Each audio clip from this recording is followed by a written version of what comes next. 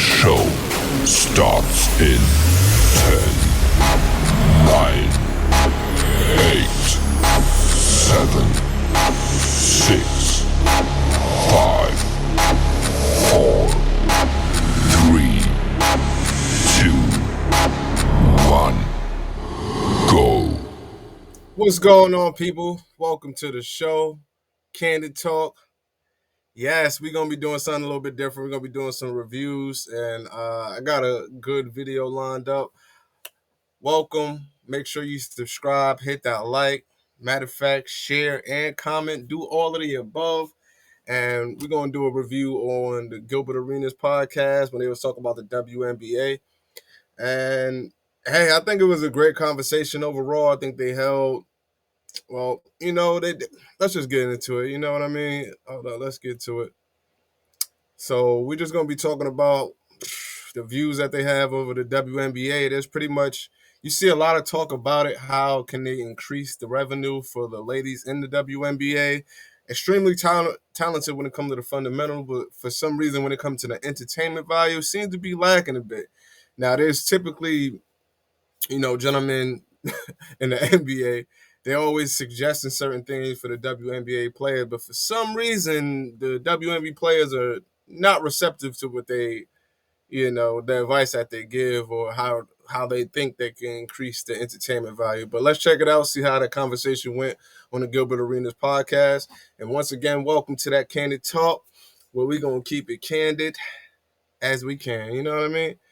All right, here we go. A lot of hate in the air. We got to talk about some hate that the women's side is getting. Michael Porter Jr. pulled up to the pivot recently, had this to say about the women's game. And they're very talented, but so is a famous ping pong player. They're just as talented as the best. Before I continue, shout out to the pivot. Shout out to Michael Porter Jr. Of course, also Gilbert Arenas podcast.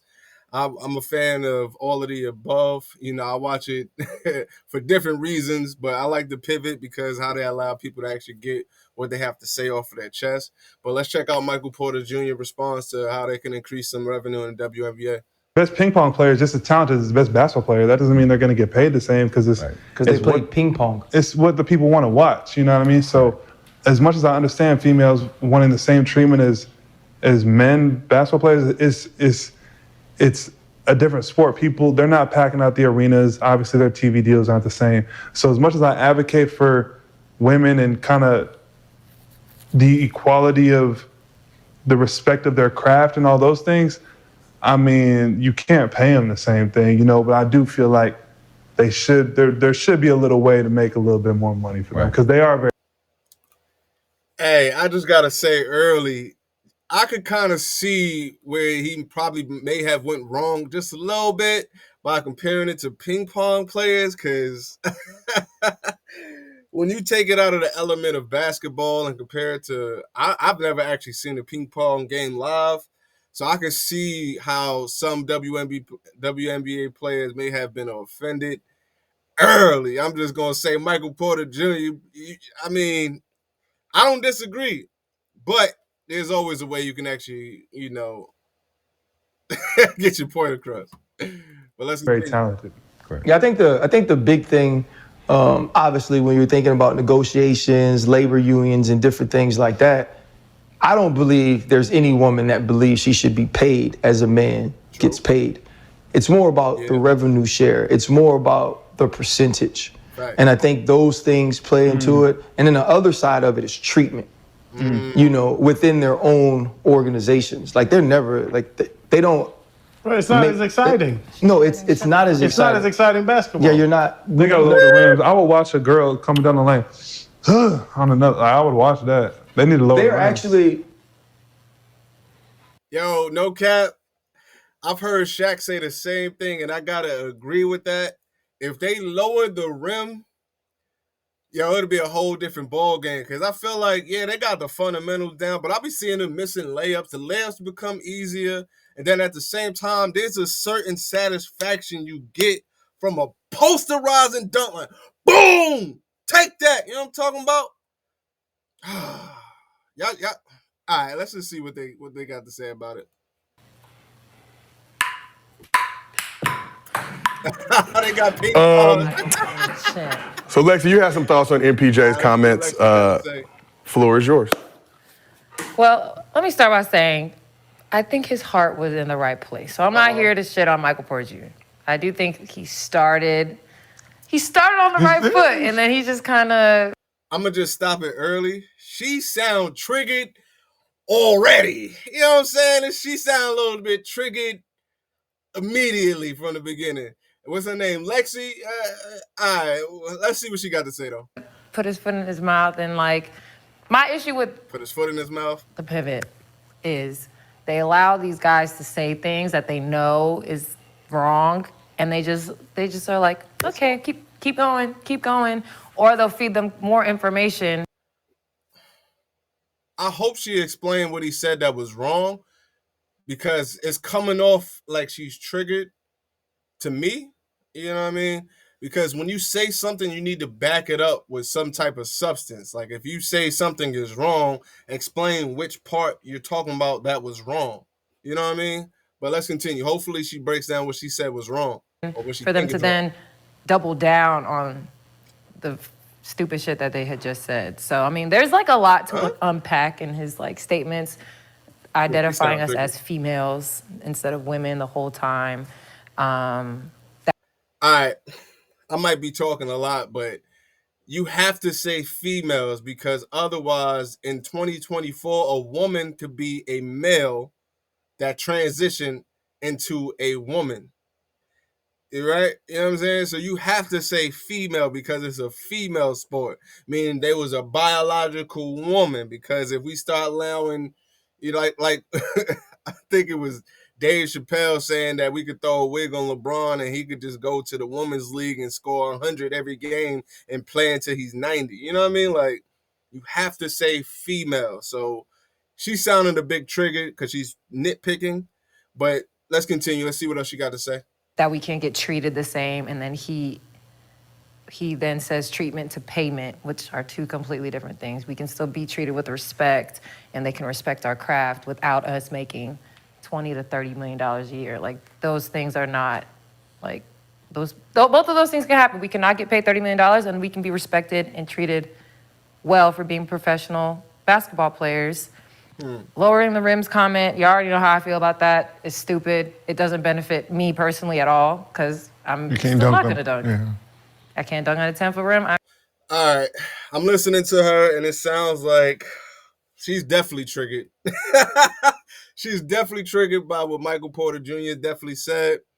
And she's been kind of sarcastically bashing the way his point of view, you know what I mean, his opinion.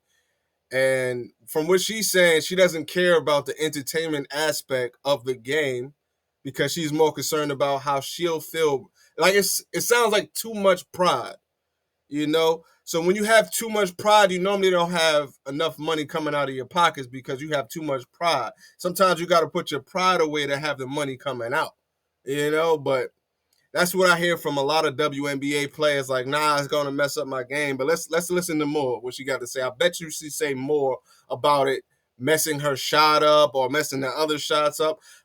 Listen, I played crate ball, and we used to play crate ball with the women, the female ballers in our neighborhood.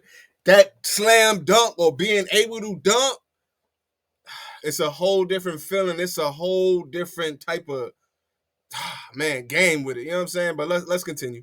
I'm definitely not going to dunk at a 9-foot rim. It's going to fuck up my shooting. It's going to fuck up everybody's shooting. I said that. And I just feel like the way he plays basketball, like, he shoots a lot of threes. I just don't. He doesn't dunk. He wants us to dunk. Personal you dunk. attack. Like, what are we talking about? It's a tired conversation. And I'm very annoyed with men continuing to create these spaces to discuss these things when they don't watch our games, they don't know us, they don't ask us our opinions about anything ever. And like, if you don't have to... All right, let's pause real quick, because she said that men don't watch the WNBA. The WNBA main viewers are men. You can look this up. The main people that watch the WNBA are men. There's a few female casual watchers. There's a few female ballers that watch because they're into balling. But the main people that watch and support the WNBA are men.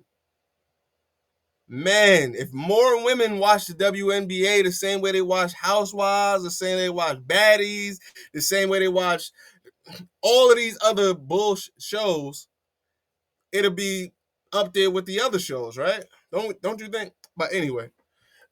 Watch us play, that's fine. But like for you to just sit there and just constantly shit on our craft, our product and everything without really being tuned in, like it's not right at this point. But again, you don't have to watch anything, but y'all always... Hold on, wait. Leave in the comments when he shitted on the craft. If you could leave that in the comments, because I don't remember him shitting on the craft. But please leave that in the comments because I don't remember that part. But if y'all caught a part where Michael Porter Jr. actually shitted on the craft, put that in the comments. And if not, if she's just triggered, let us know in the comments that she's just triggered. But let's continue. You want to talk about us, so might as well watch us. Shit. Like, damn. Okay. I have a question. Okay. Gilbert did not want to touch that. What is the problem? Uh-huh. What is the solution? Right. Now, if we can't, one, answer the questions, and we can't come to any resolve about any of the conversations that's being had, right? So a lot of times when we do ask the question, so what's the problem? Yeah. I mean, everyone says the problem is the product. That's not the problem. There's great basketball being played throughout the entire W. Then we're either getting compared to NBA, which everyone complains about how NBA is being played right now. So we either get compared to that, or we get compared to the 3 most marketed women's college basketball games of the entire women's college basketball season. So we're stuck in the middle, just getting it from both sides. All right, pause real quick. Because when we talk about business and we talk about sales, she just said there's no problem with the product. If your product is not selling, there's something wrong with the product, because products are based on consumer consumption. If your consumers don't want the product, there's something wrong with the product. Like, what is she talking about? Oh, man. See, when you get emotional or your emotions have you don't make sense. Now, if she wanted to make sense of a lot of these WNBA players wanted to make sense of it, you would listen to what the people are saying and at least try it out for a season. Bring the rim down, yaggity yaga.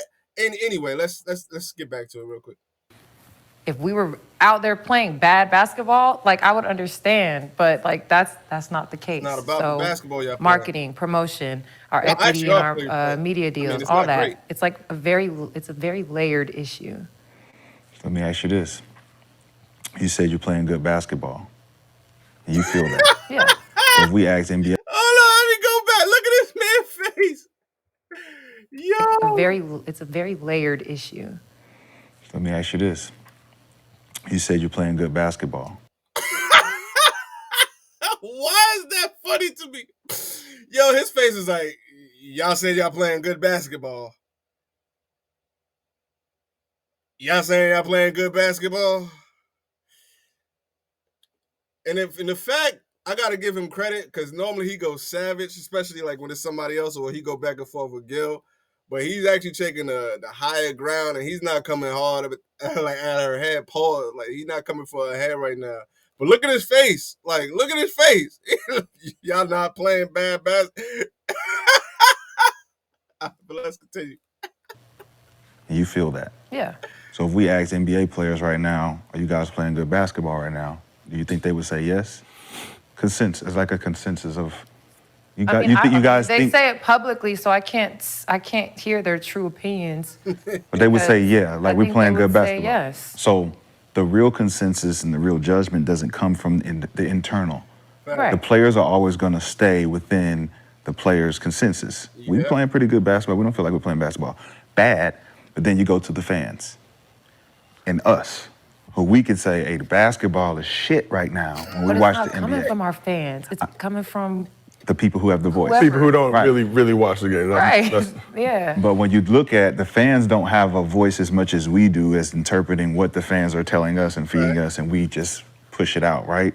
So, like I said, the solution. What is the solution to That's all we worry about. What's the you believing that y'all are playing good basketball, but the fans are showing otherwise because they're not coming out to support, which would change the sales, which would change the concessions and all of the things that make the W boom. As I just said, the consumer, you got to be worried about the consumer, not how you feel about the game. It's not about how you view the game. It's about the consumer. That's who you gonna get paid. That's where the money comes from. The consumers. Let's continue. Boom. And even for the NBA. The NBA would boom more if everyone felt the basketball was really being played at a high level. Now, if we got a bunch of guys scoring at a high level as they are, 70s, 60s, 50s, how many ladies in the W are doing that, putting on a show? Like Asia. She was what, 55? Something like that, 57? That was the only outburst. And then you got Sabrina with the three-pointers. Those are the two things that we're looking at like, all right, that will be entertaining. Enrique in Dallas, she shows some glass, some stuff. Point guard for the Aces is to Chelsea. She shows her thing every now and again.